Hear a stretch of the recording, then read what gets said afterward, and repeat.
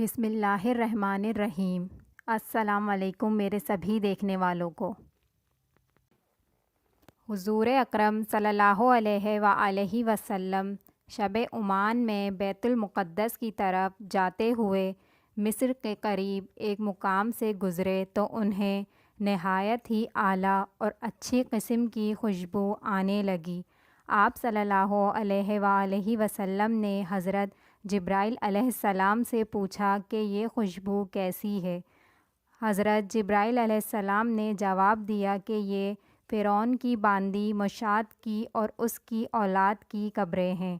پھر حضرت جبرائیل علیہ السلام نے اس کا قصہ بیان کیا کہ مشات فرعون کی بیٹی کی خادمہ تھی اور وہ علیہ طور پر اسلام قبول کر چکی تھی۔ ایک دن فرعون کی لڑکی کو کنگھی کرتے ہوئے اس کے ہاتھ سے کنگھی گر پڑی اور وہ اٹھانے لگی تو اس کی زبان سے بے ساختہ بسم اللہ نکل گیا۔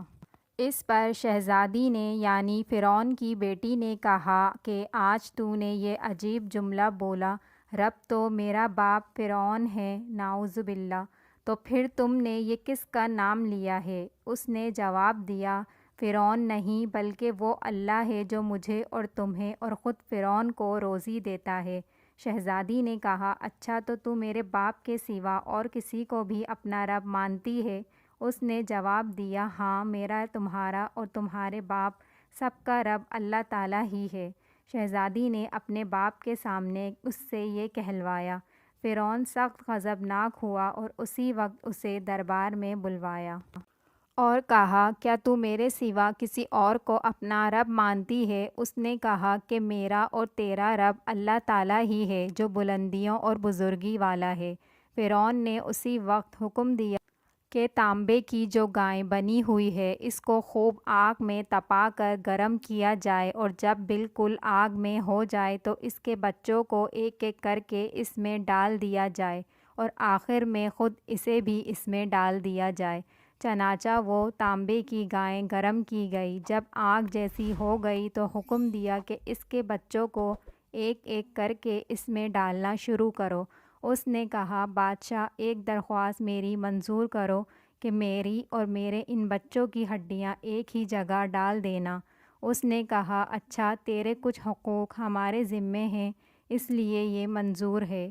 اس کی دونوں بچیاں اس کی آنکھوں کے سامنے اس میں ڈال دی گئیں اور وہ فوراً جل کر راکھ ہو گئیں۔ پھر اس کے سب سے چھوٹے بیٹے کی باری آئی جو ماں کی چھاتی سے لگا ہوا دودھ پی رہا تھا۔ فرعون کے سپاہیوں نے اسے گھسیٹا تو اس نیک بندی کی آنکھوں تلے اندھیرا چھا گیا۔ اللہ تعالیٰ نے اس کے اس نامولود بچے کو اسی وقت زبان دے دی اور اس نے بآواز بلند کہا، اماں جان، افسوس نہ کرو، اماں جان، ذرا بھی پس و کابیش نہ کرو، دین حق پر جان دینا تو سب سے بڑی نیکی ہے۔ چنانچہ انہیں صبر آ گیا اور اس بچے کو بھی آگ میں ڈال کر جلا دیا گیا اور آخر میں ان کی ماں کو بھی اسی آگ میں جلا کر راکھ کر دیا گیا۔ اور یہ خوشبو کی مہکیں انہی کے جنتی محل سے آ رہی ہیں۔ سبحان اللہ۔ ویڈیو اچھی لگی ہو تو لائک کریے گا اور سبسکرائب کے بٹن کو دبانا نہ بھولیے گا۔